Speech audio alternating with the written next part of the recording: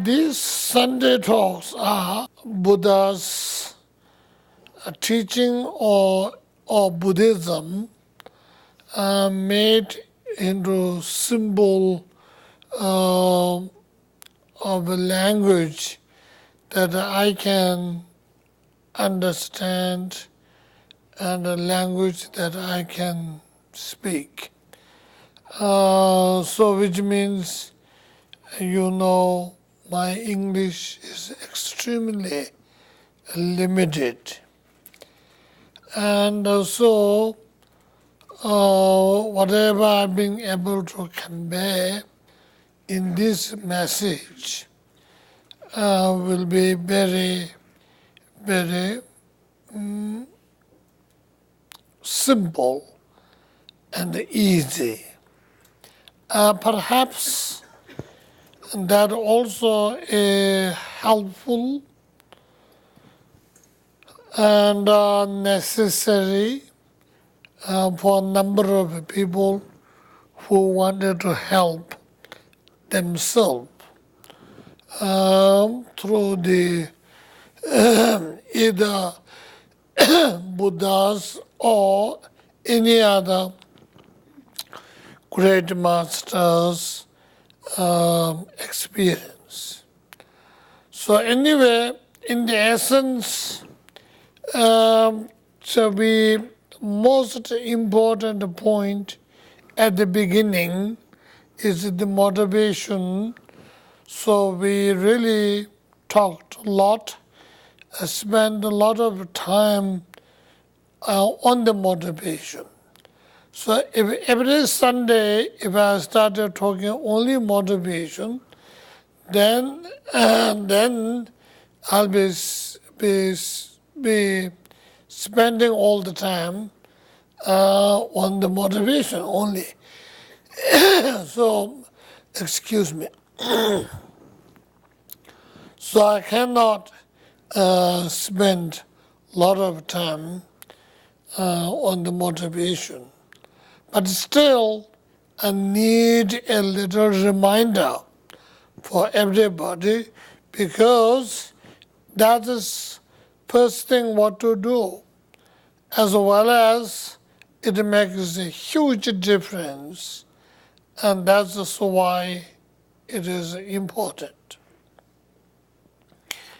And I'm not going to go into detail, but to speak about this motivation, I'd just like to mention we recommended, or rather Buddha recommends, something called bodhimind, which is ultimate and unconditioned and as well as unlimited love and compassion.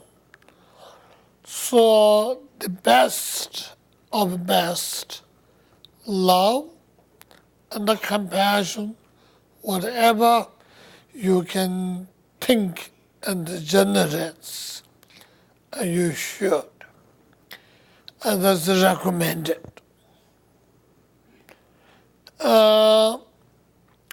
As you can clearly see, compassion and love both are caring, concerned of beings, people, beings.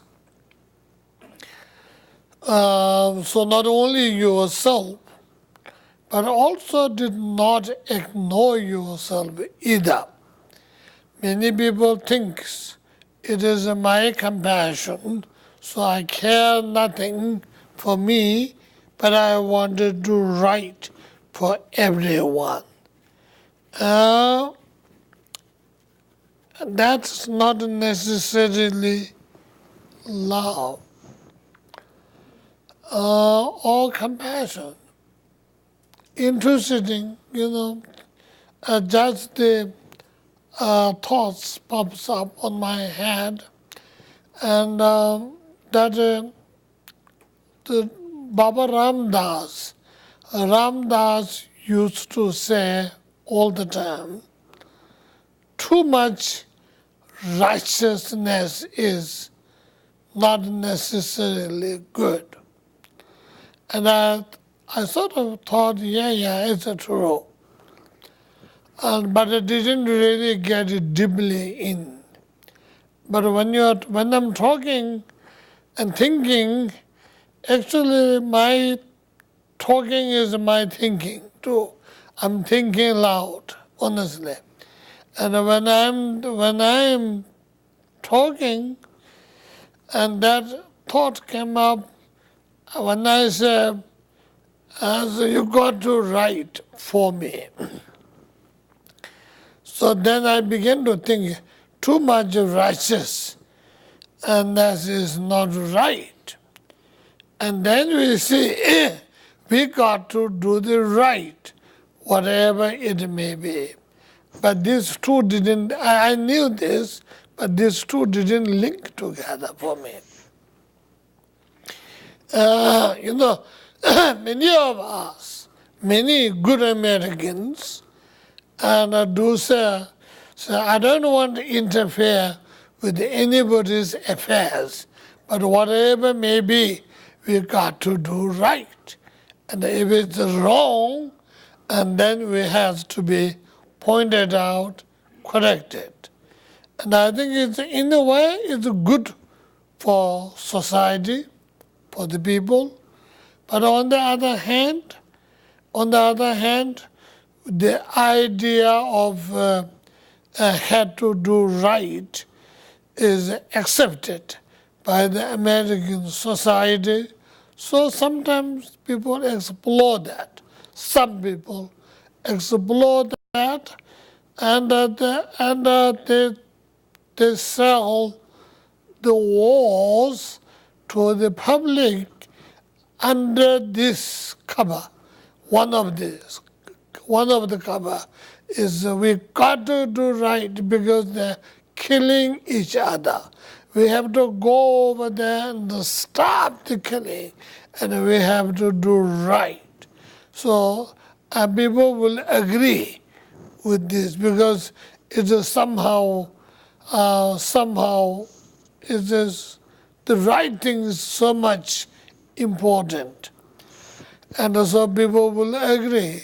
So you begin to see when the Ram Dass says too much righteousness is not necessarily good.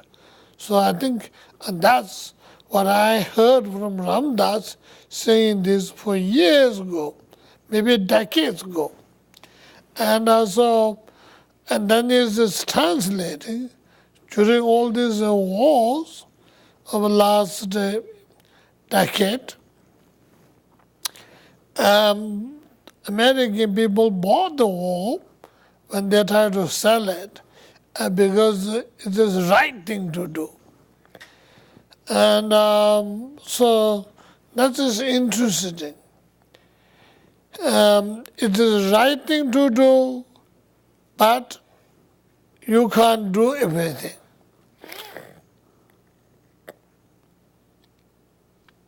But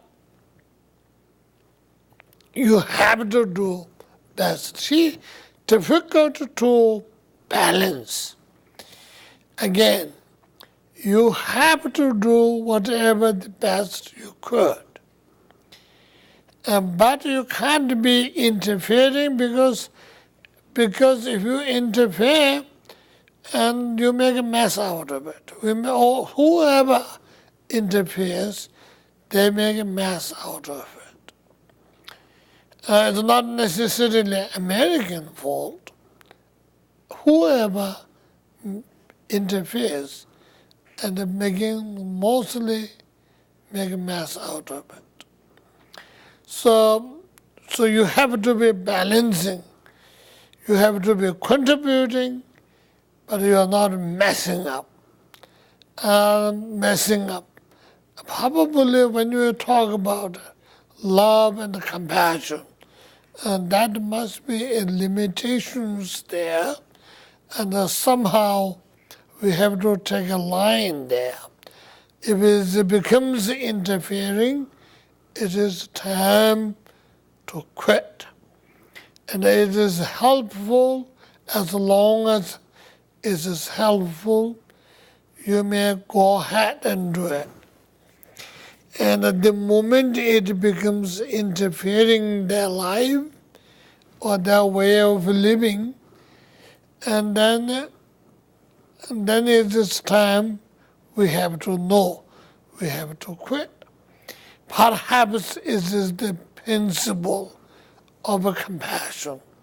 Perhaps it is the principle of love.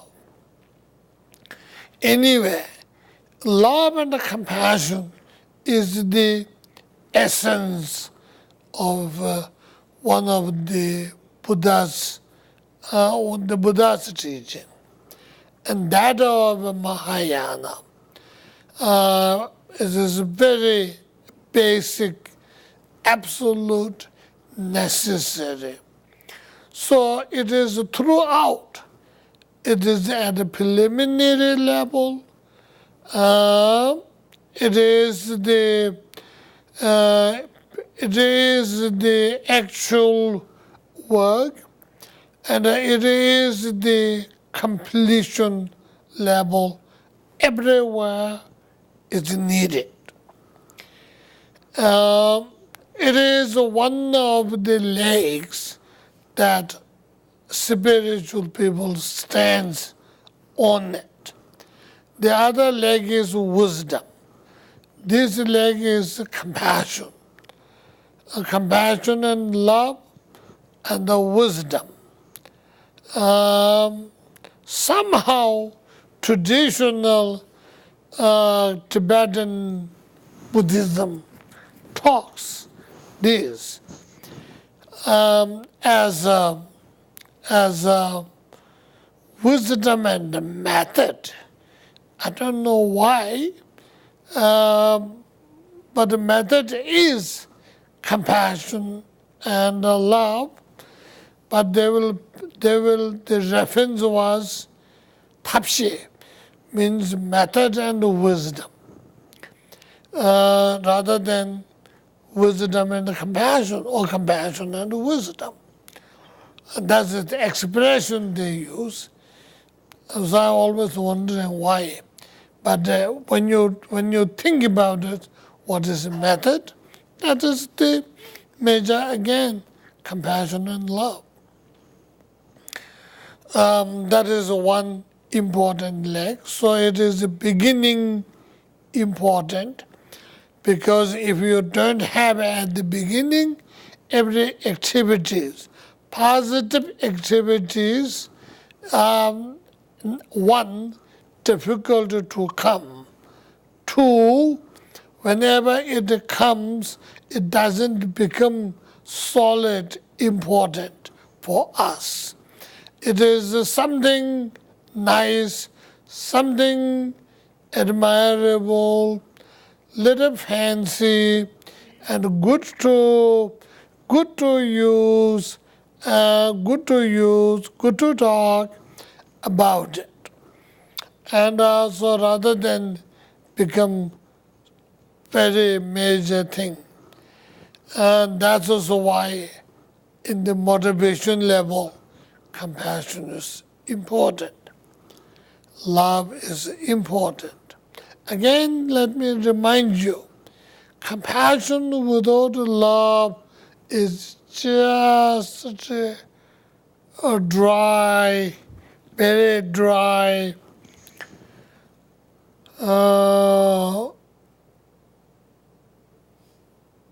sort of a lip service or sympathy at most. Really doesn't become compassion, because it is a caring aspect is a little weak. Caring aspect is a little weak because you don't have a love there. When the love is strong, the care for that will be automatically strong. when that care and the concern, love together, and compassion is almost automatic.